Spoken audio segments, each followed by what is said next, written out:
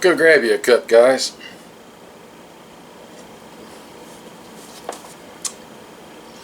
It's proof God loves us. It really is. So,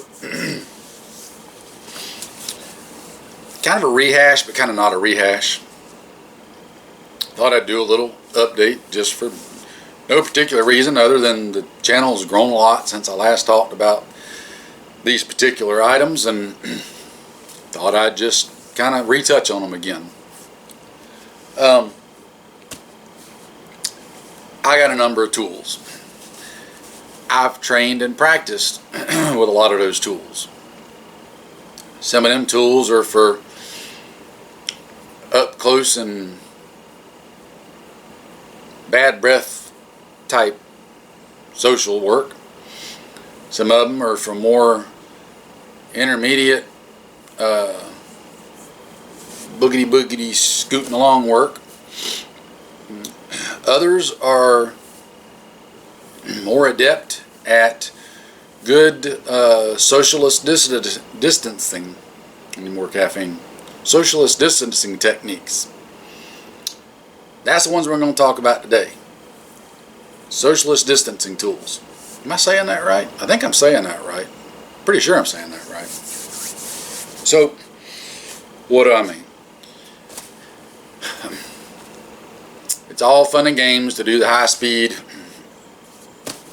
giddy up close and... But if you're by yourself, or even just a couple of folks with you, it might not be a good idea to get up in a real close, stagnant type party environment. You might want to do the proper thing and maintain distance. Even if you got friends. I got friends. I got friends that I train with, do stuff with, prepare with, plan with, and there's no guarantee that the gang may be able to actually get together. We plan on being together, but we don't have a crystal ball. You don't know what could happen.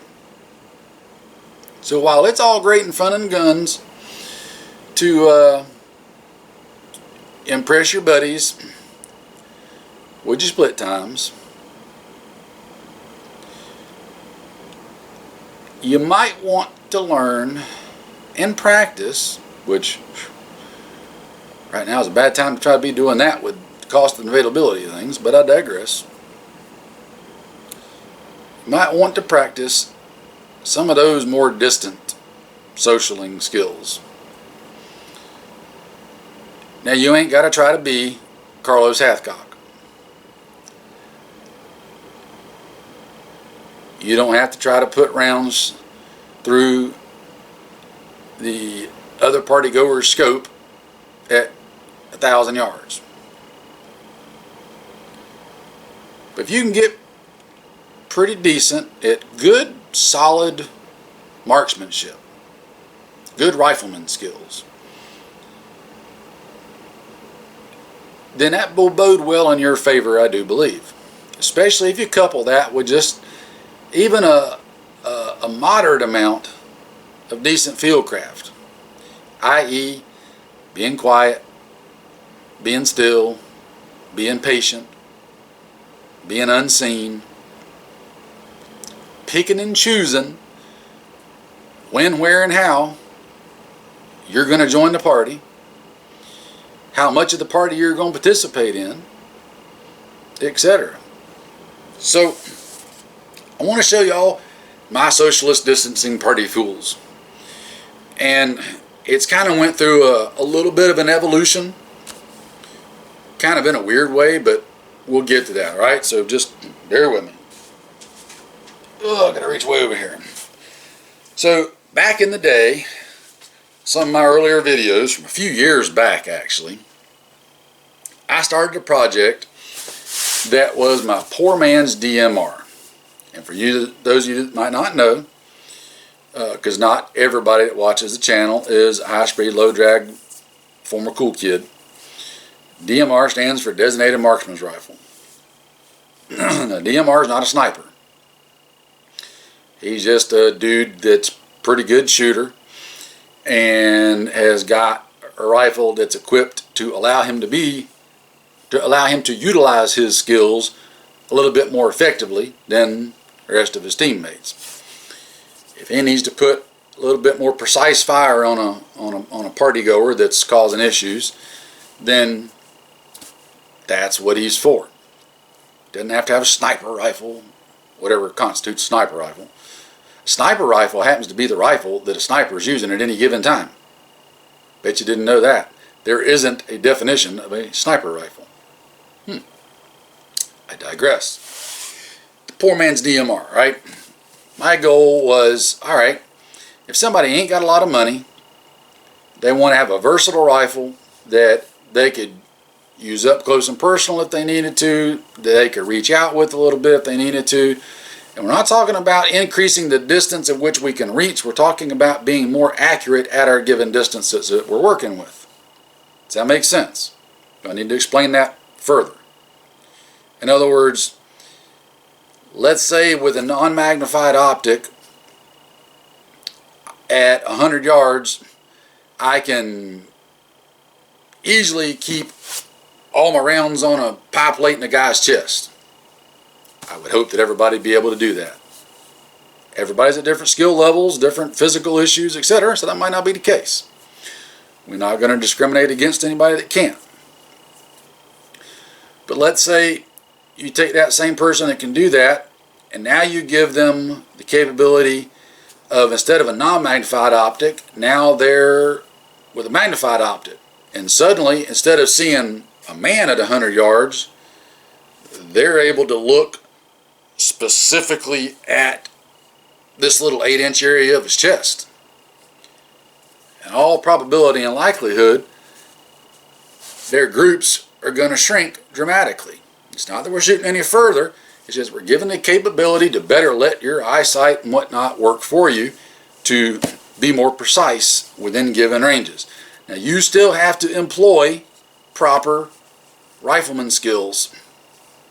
Breathing control, sight alignment, trigger pull, all those different things still have to be employed. Putting a $500 trigger and a $1,000 scope on your rifle is not going to make you a super shooter if you've got crappy skills, crappy fundamentals, if you don't have those basic rifleman traits. Sorry, it's just not. You can dump all the money at it you want. You, the shooter, have to develop those skills first. There we go, turd in the punch bowl. Back to what I was saying, the poor man's DMR. That gun started out with a 16-inch nitrided barreled upper from Palmetto State Armory with a fixed front sight post on it and regular handguards that I put a 1:8 primary arms variable scope on. The 1:8 gave me the capability of running it on 1X just like a red dot. But if I needed to reach out and be a little bit more precise at a couple of 100 yards, and yes, I know you can do it past a couple of 100. I'm using that as an example, I'm not using it as a limit.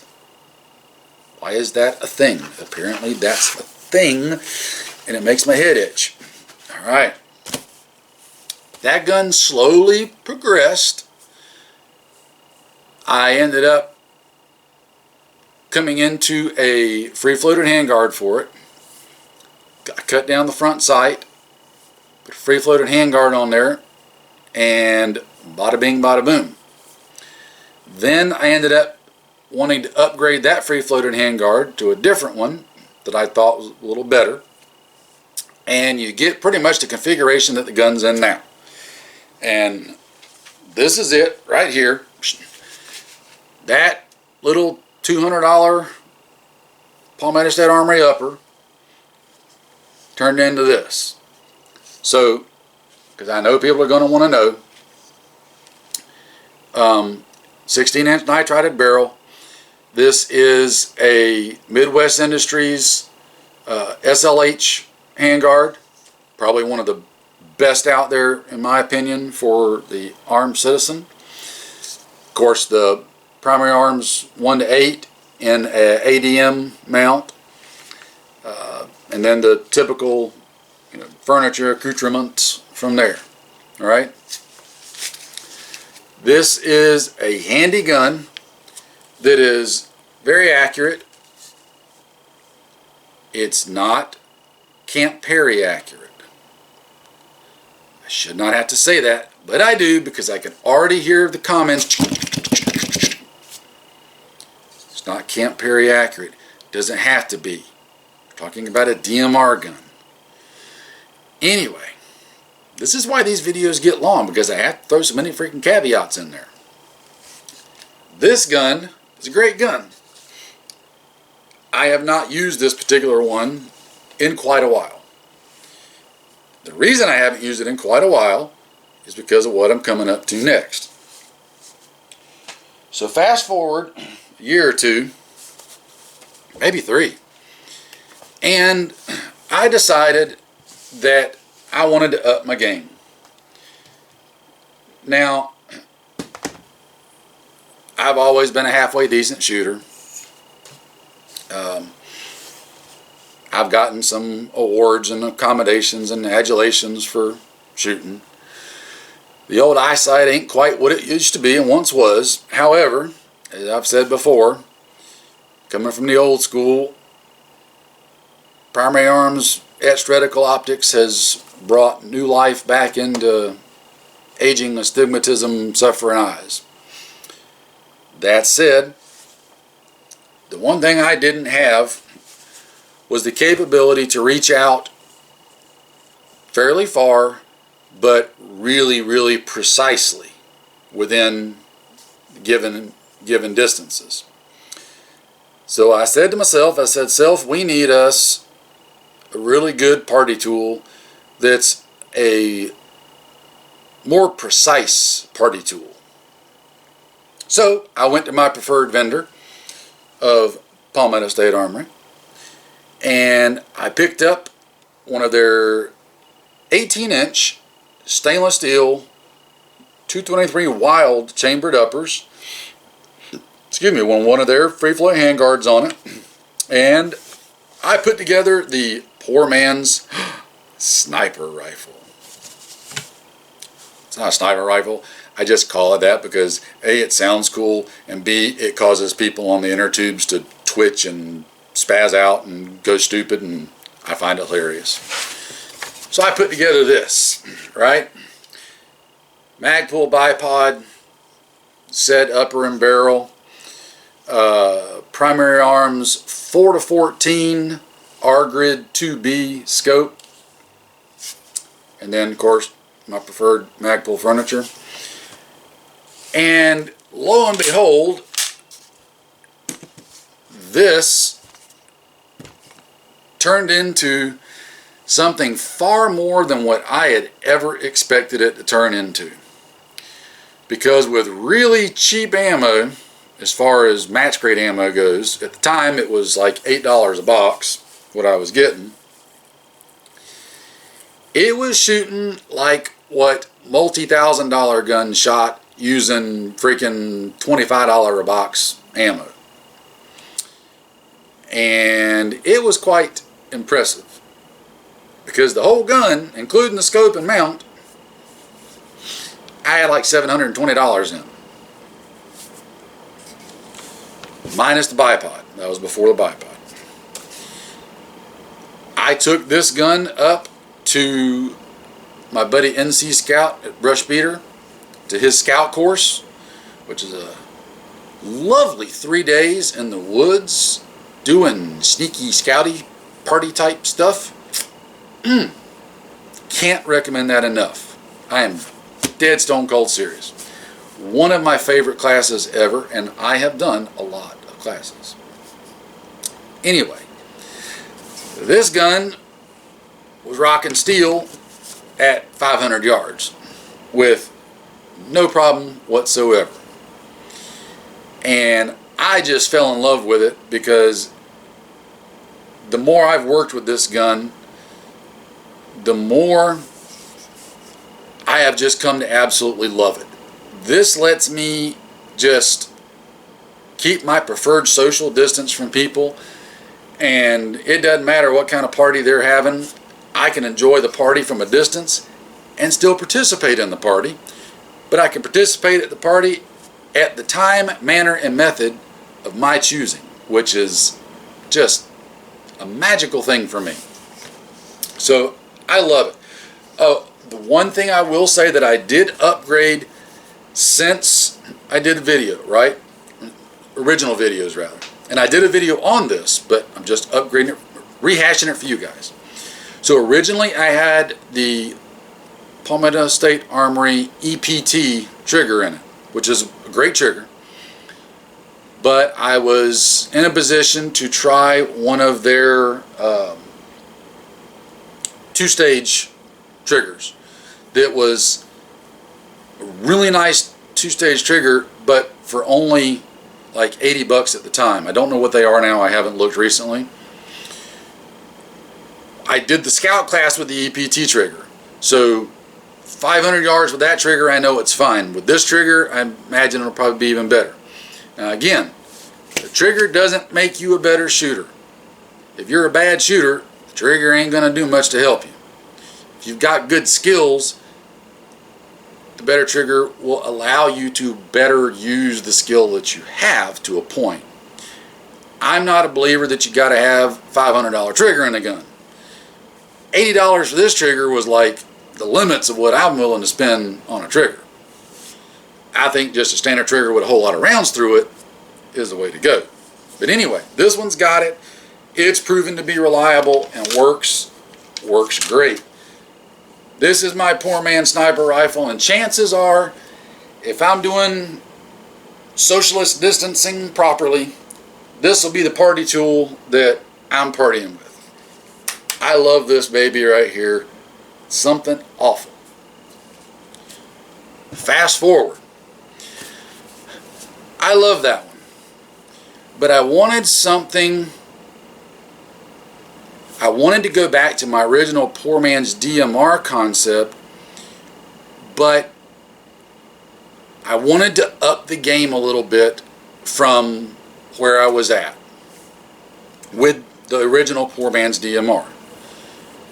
So I wanted something that was portable, not quite as big as the poor man's sniper rifle here, as far as barrel length, scope size, you know, the bipod, all the accoutrements.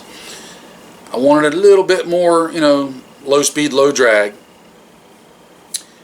I got the chance to get a hold of, thanks to Primary Arms, one of their 2.5 to 10 Raptor scopes.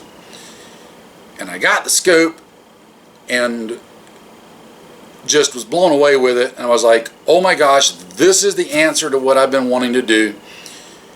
And then I thought, you know what, this scope, I was going to put that scope on the old poor man's DMR gun, and then I said, nope, this deserves its own build. We're going to do the poor man's DMR take 2. So that party tool ended up being this. Now, I went a similar route to the poor man's sniper rifle build. This is again Palmetto State Armory. There's a theme there. This is one of their 16-inch stainless uppers. Other one's an 18-inch. But instead of being in 223 Wild, this one's in 5.56. The aforementioned 2.5 to 10 Raptor scope, and just a standard EPT trigger like what was in the original sniper rifle. In fact, I think the EPT trigger in this gun is the one that was originally in that one. When I got the 2-stage for that one, I just put the EPT in here. Pretty sure that's what I did. But sans the bipod, sans all that stuff. This is just a really portable gun that, again, it's not a Camp Perry gun. I'm not going to shoot a quarter MOA at 500 yards with it. I don't need it to, don't want it to. I want to be able to party effectively with it, a little more so than with a less powerful optic. No bipod, because I will just take this and lay it across the old pack, because you're always going to have a pack with you, right? You should. I'll lay it across a log. I'll lay it across whatever I can find. Just portable, because it's easy to carry, it's compact. The reticle in this thing is just absolutely amazing. It's so fast. And if you find yourself in trouble and suddenly the party has gotten really close to you and you haven't been able to properly socialist distance, even at just 2.5x, it's not hard to run it up close and personal, because that reticle in there with this Raptor at 2.5x is plenty good. Both eyes open, I got the reticle, bam. If you're at room distance, I can tag you and bag you with it. Gives me a lot of versatility. It's only 10x versus the 14x on the other one, so again, a little bit smaller scope, a little bit less bulk, a little bit less weight. You see the thing. So for the poor man's DMR, this gun has kind of taken over the role from the old one. You know, I love the old one. I just don't. Every scenario I imagine where I want to do the socialist distancing, this is always the one that comes to mind that I would choose. I haven't come up with anything yet that I would rather have that one over this one. So, just me, there's that. So anyway, that's the tools that fit into that category for me. That's what I use. The only exception that I didn't show you is my 16-inch KS-47, and that would be kind of my poor man's 7.62x3.9 DMR, which I've showed you guys that gun before. It's got a 1:6 on it. It's stupid accurate. Inside a couple hundred yards, that gun's devastating. Now, what it suffers from is being 7.62x3.9. It becomes a little more difficult to be accurate at further distances, just simply because of bullet drop and that sort of thing. Although the 1:6 scope that I've got on there is again from Primary Arms, and it's calibrated for 7.62x3.9, so the reticle's got all the holds and drops already built into it, so it's doable. It's doable. The 5.56 just is a little better choice for me because of trajectory and all the technical things. Before anybody says it, yes, I know, 308, 308, 308. I get it. 308 is great. I love 308. 308's awesome. I don't have 308. It's not something that I stock. I don't have the time, capability, nor desire to add another caliber to the mix. It's not something that my circle of family and friends stocks or uses. Our common calibers are pretty much 7.62x3.9, 5.56, and 9mm. Stick with those. More importantly, in my area and from my terrain, the 308 just doesn't offer much, because no matter how much awesome barrier defeating penetration and magic distance 308 gains me, if I can't see the target, it doesn't do me any good. And when you can't see past 20-30 yards, mostly 200 yards on a really lucky good day, it's not really giving me a whole lot to offset the cost and then the increased weight, bulk, etc.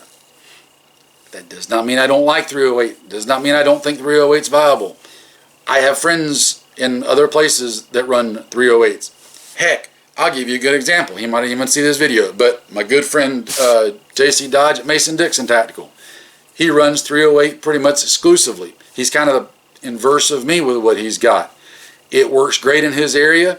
What he's got set up works great. It's what's common for him and his. I love it. It's great. It's not what I need. So, again, I can hear the keyboards going in the comment section. Nothing wrong with 308. Doesn't fit me for what I'm doing. So, please don't give me 1,500 comments saying, no, you need to go 308. No, I don't need to go 308. I'm fine. Promise you. We're good to go. Good to go. Alright. Social distancing tools. Party on, Wayne. Party on, Garth. You guys take care. I'll see you later.